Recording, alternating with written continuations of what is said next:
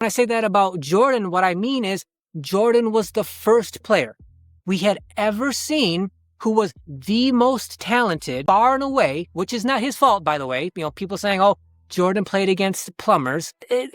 Just like it's not LeBron's fault the competition that he played against, not Jordan's either, right? Neither one's, responsible for the competition that was around in their playing days. But Michael Jordan, by far the most talented. But what we never saw before is he was the most talented, but he also worked the hardest, which you got him the dominating success that he did. His career path for greatness was like, okay, get through the 80s, get to the 90s, get Phil Jackson and Scottie Pippen, dominate the league, retire, come back, get another three-peat, still the most talented, still works the hardest, still has the most success, the most dominance for another three-peat, and then goes away again. That's Jordan's greatness.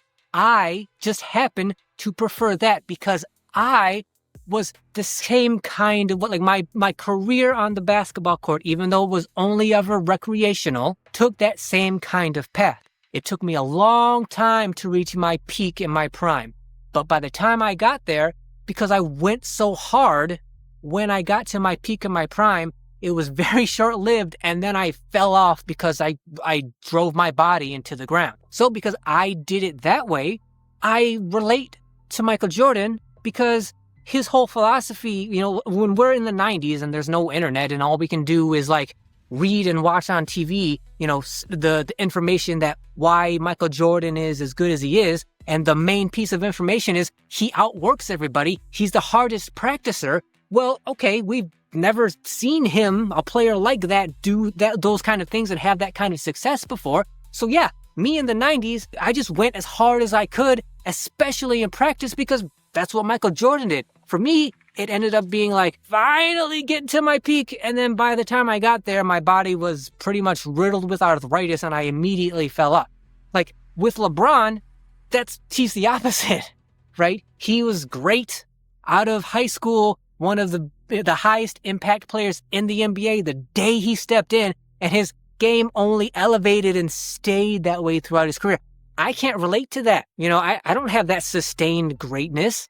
And that's the primary point and reason why because I can identify with Michael's career and the approach that he took, that greatness appeals more to me than LeBron's greatness. That being said, let's talk about LeBron's greatness. Like I said, LeBron James as well, innovator, revolutionary, right? He's the first one of his kind. We've never seen what he's done before. He came out of high school with crazy over-the-top kind of expectations, and he lived up to them. Never saw that before. Someone comes straight out of high school, crazy high expectations, and actually live up to it. And then to sustain that pretty much throughout his whole entire career for over 22 years? Never saw that before. He's an innovator, a revolutionary player as well. And like I said, I'm older than LeBron. For him to be playing the game for as long as he has, at the level that he has, and continues to this day to play at that super high level at his age, I'm jealous of. I'm happy for him. I'm also jealous that he can do that. My career was up and, it took forever to get there and then it was done immediately. LeBron is just forever, just greatness over such a long, sustained period of time. Nothing wrong with that. Nothing bad about that.